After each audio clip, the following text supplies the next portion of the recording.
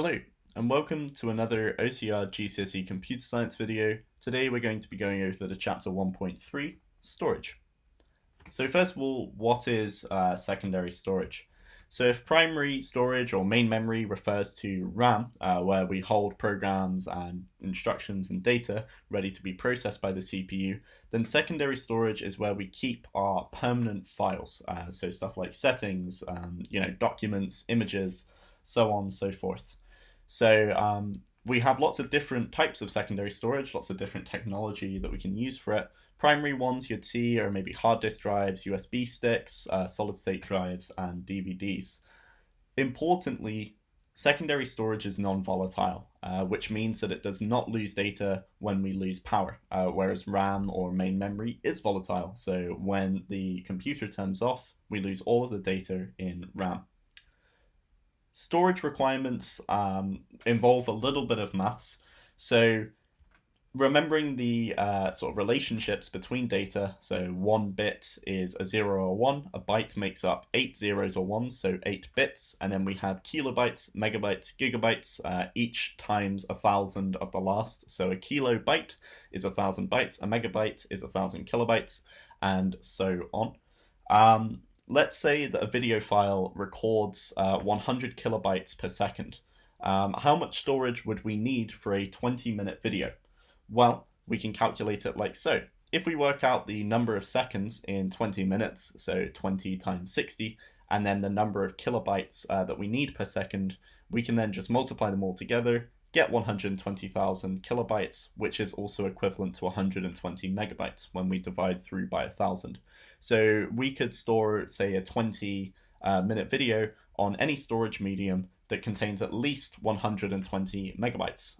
Let's say we wanted to store sort of more videos. If we wanted 1,000 videos, we would need 1,000 times 120 megabytes, so 120 gigabytes, and so on. So that's kind of how we work out storage requirements. We basically just try to see, all right, so how much time are we recording for? Let's say it's like sound or music. How many do we need in the cases of like images or Word documents? So once we have that, we can then see, all right, what storage tech is appropriate here. So speaking of, let's move on. There's 3 main storage technologies. There's magnetic, which deals with hard disk drives, and magnetic tape, which is a little bit outdated now. None of us will probably have used it, but it's generally used for sort of backing up and keeping in storage because it lasts for quite a long time. Optical, you'll be familiar with this, so CDs, DVDs, Blu-rays, and so on. So often we'll see movies or music stored on these, or video games, and so on. And finally, solid state, kind of synonymous with flash memory, not quite the same thing. But at GCSE, they're kind of interchangeable. The differences are very minor. So this is your electronic storage, so solid state drives and USB sticks. So first, we'll talk about how magnetic works. So this is a picture of a hard disk drive, very beautifully drawn by myself. It consists of a magnetic platter, which is basically like a giant disk with a magnetic coated material on the top, which I'll talk more about in a second.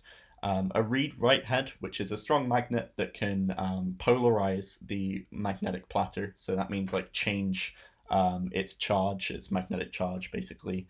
And it can also read it. This is incredibly precise. It runs nanometers above the magnetic platter. I think I read somewhere that it runs 1/8 of the width of a human hair above the magnetic platter. So very delicate material.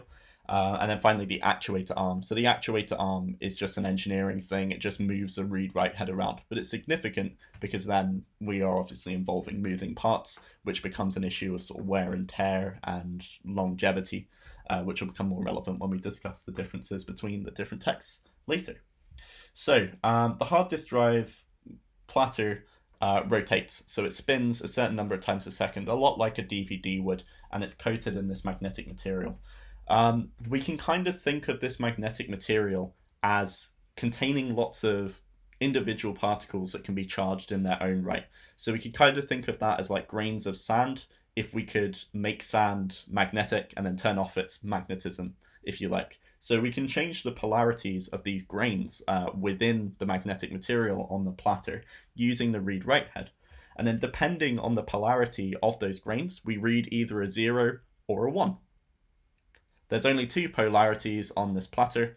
It's usually made of a sort of alloy of a few different metals, but that is essentially how it works. That's why the read-write head has to be so close to the magnetic platter, because this is incredibly precise. There's obviously trillions upon trillions of these grains on the magnetic material.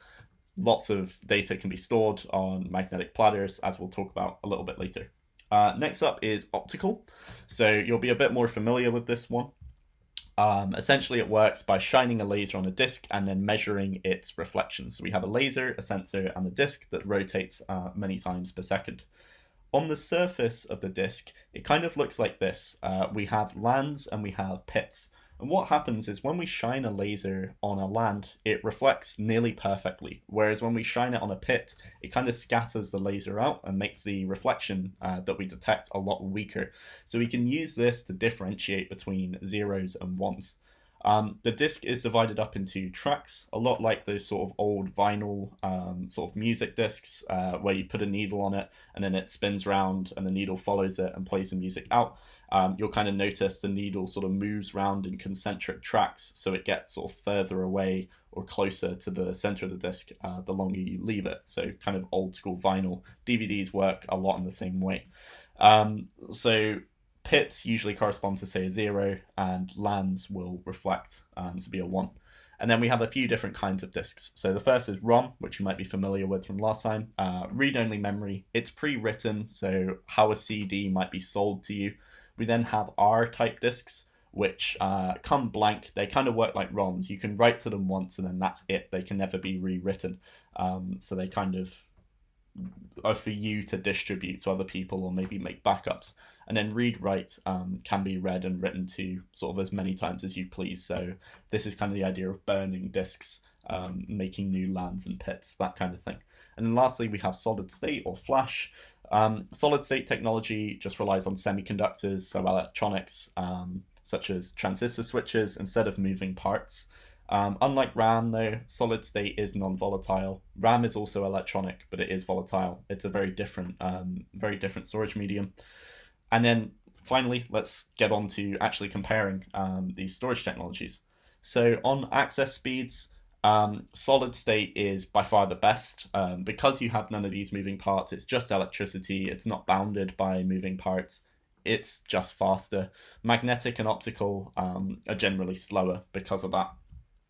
Capacity-wise, hard disk drives can go from sort of anywhere between sort of 200 gigabytes to 12 terabytes, and magnetic tape is around 50 gigabytes. Solid state is getting better. USB sticks can sort of be around about a gigabyte or two. Solid state drives can be up to 4 terabytes now, and they are getting a bit cheaper. Optical discs can go from CDs, which is about 640 megabytes, sort of more modern ones, up to double-sided or even quad-layered Blu-ray discs, which can be up to 50 gigabytes.